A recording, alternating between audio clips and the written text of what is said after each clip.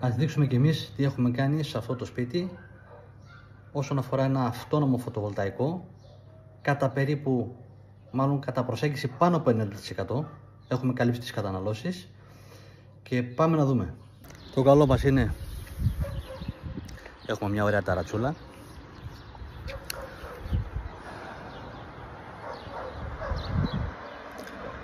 Τέσσερα Trina Solar 550 Trina Solar. Είναι τεράστιο πάνελ. Είναι 240 επί 1,25 το ένα. Βέβαια από τα 4, και θα δείτε για ποιο λόγο, είναι συνδεμένα μόνο τα 3.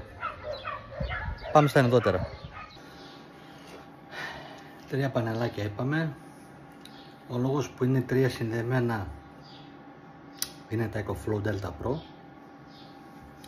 τα οποία έχουν maximum 150V, οπότε δεν μπορούμε να πάμε στα 4 πάνελ. 41V βγάζει το ένα το πάνελ, τα συγκεκριμένα είναι 550.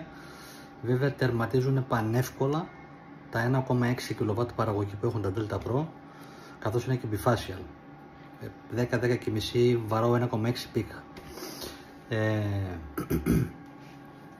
Και πάμε στη συνδεσμολογία, γιατί έχουμε κάνει εδώ πέρα, τα οποία τα παλεύω εισαγωγικά. Τα έχω ξεκινήσει δηλαδή από μέσα Φεβρουαρίου την εγκατάσταση αυτή, ξεκινώντας με ένα Delta Pro. Στην πορεία έρθει η δεύτερη μπαταρία, καλή ώρα εδώ. Έχουμε δηλαδή σύνολο 7,2 kW αποθηκευτικό χώρο. Και τι κάνουμε με τα ρεύματα.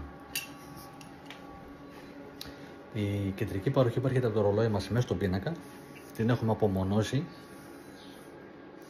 και την ξαναφέρνουμε έξω. Να την κάνουμε διαχείριση από έναν αυτόματο μεταγωγικό. Τι κάνει αυτόματος μεταγωγικός, νομίζω λίγο πολύ όλοι το ξέρουν. Μια παροχή δίνουμε στην ουσία την ΔΕΗ μας. Μια παροχή έρχεται από τα ρεύματα των Delta Pro, τα φωτοβολταϊκά μας, έτσι. Και στην ουσία επιλέγει από πού θα δώσει ρεύμα μέσα στο σπίτι. Δεν κάνουμε, ξαναλέω, κάτι, είναι στην αυτόματη ρύθμιση. Όταν τελειώνει η μπαταρία σε μέρα συνεφιασμένη από τα Delta Pro και σβήνουνε, τα χωρίσει στο 5% να σβήνουνε, αυτόματα μόνο του γυρνάει η ΔΕΗ. Όταν θα ξεκινήσουν να φορτίζουν και συγκεκριμένα τα χωρίσει πάνω από το 20%, έχει χωρίσει αυτοματισμό πάνω από το 40%, έχει φορτίσει η μπαταρία στα Delta Pro, να ξαναανάψει το AC στον Delta Pro, να ξαναδώσει δηλαδή γενός ρεύμα, οπότε κόβει μόνο του πάλι τη ΔΕΗ με τον αυτόματο μεταγωγικό, έτσι, και ξαναδίνει ρεύμα μέσα από τα φωτοβολταϊκά. Ο πίνακας εδώ πέρα είναι κλασική περίπτωση. Εδώ είμαστε, ένα αντικεραυνικό, κλασικά, μια ασφαλιοθήκη να μπορούμε να κόψουμε ρεύματα από τα πάνελ στην ουσία, να κόψουμε δηλαδή την τροφοδοσία των Delta Pro, με απλά λόγια, γιατί όλη την υπόλοιπη διαχείριση των ρευμάτων την κάνουμε ακόμα και απομακρυσμένα από το κινητό μας, λόγω των Delta Pro, έτσι. Και τι σκέφτομαι να κάνουμε τώρα. Είμαστε στην ουσία στην διαδικασία να τοποθετήσουμε έναν κρόβατ. Κατά πάσα πιθανότητα θα είναι ο εξάρης, έτσι, ο οποίος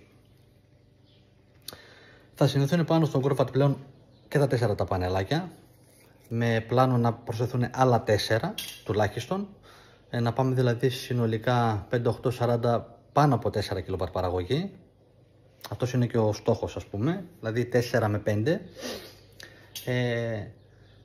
Και στην ουσία τα Delta Pro θα λειτουργούν σαν backup του Grovat, ο οποίος Grovat λογικά και πιθανόν θα δουλέψει με μια Basen 11, σαν την τελευταία μπαταρία που έδειξε καλή ώρα και ο Αντρέας στο κανάλι του, την Basen Green στα 11,7 kW που είναι. Και το backup μας έναντι της ΔΕΗ θα είναι καλή ώρα τα Delta Pro.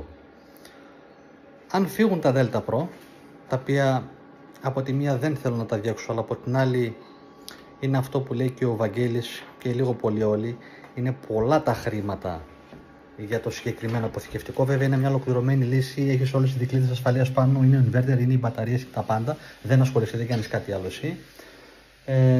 Αν λοιπόν φύγουν αυτά,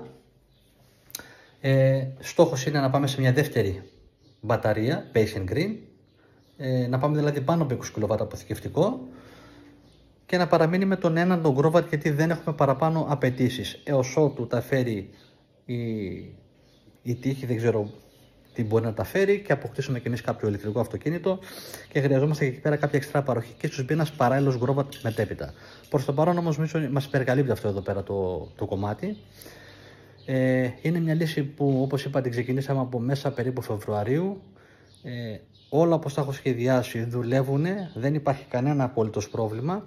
Ένα θέμα με το firmware των Delta Pro μόνο, τίποτα άλλο, είναι ότι κάποιες στιγμές όταν έχει μεγάλο φορτίο το σπίτι, και όταν λέω μεγάλο φορτίο εννοώ να έχει τουλάχιστον προς το 1 kW και πάνω, 800, 1000W, 1500W, και φτάνει στο σημείο να έχουν φορτίσει οι μπαταρίες, εκείνη την ώρα δηλαδή στο peak πάνω, να μας κόψει ο EC με αιτιολογία overload, το οποίο είναι πρόβλημα του firmware και περιμένουμε να διορθωθεί. Θεωρώ ότι θα το διορθώσουν και αυτό. Τίποτα άλλο. Αυτό λίγο πολύ για να καλύψω ιδέες του ότι δεν μπορούμε να χαρτίσουμε ένα σπίτι με ένα power station. Γίνεται αν επιλέξουμε ένα σωστό power station. Πολλά έχουν πολύ τρομερές μεγάλες αυτοκαταναλώσεις, ακόμα και όταν δεν δουλεύει, απλά να είναι το inverter τους ανοιχτό, πράγμα που δεν έχουν σε τόσο βαθμό τα Delta Pro. Έχουν αυτοκατανάλωση, όλα τα power station, όλοι οι inverter έχουν αυτοκατανάλωση, δεν έχουν τόσο μεγάλη όμως. Εντάξει, είναι και το ποσό που κοστίζουν, δεν είναι φθηνά power station. Θυσίες του σπιτιού είναι, δεν είχαμε ποτέ θερμοσύφωνα και ούτε πρόκειται να εγκαταστήσουμε. Έχουμε ηλιακό. Πλέον έχουμε να το δείξω και αυτό. Κάτι το οποίο μας έχει λύσει τα χέρια ακόμα και με τα καλοριφέρ που είχαμε πρόβλημα με το pellet. Είναι ο τάχη θερμοσύφωνας υγραερίου. Έχει ζεστό νερό μέσα σε μισό λεπτό μέσα στο σπίτι. Χειμώνα, καλοκαίρι, όποτε θέλουμε. Το καλοκαίρι βέβαια έχουμε και τον ηλιακό, αλλά λόγω του ότι είναι ένας ηλιακός για δύο σπίτια είναι λίγο ζόρι. Αυτή είναι η μία θυσία, και η άλλη θυσία είναι αλλάχτηκαν τα μάτια κουζίνας με μάτια αερίου, υγραερίου, κοινώς μάλλον όχι αερίου. Οπότε το μόνο ενεργοβόρο στην ουσία πράγμα που έχει μείνει στο σπίτι είναι ο φούρνος, ο οποίος έχει μετριαστεί αρκετά λόγω των ματιών, και το κλιματιστικό, το οποίο δουλεύει μόνο το καλοκαίρι στις ζέστες. Δεν το ανάβουμε χειμώνα καθόλου, έχουμε άλλο τυποθέρμανση, οπότε μας καλύπτει. Αυτά για να πάρετε μια ιδέα. Ίσως κάνω και δεύτερο βιντεάκι, θα τα ξαναπούμε. Bye.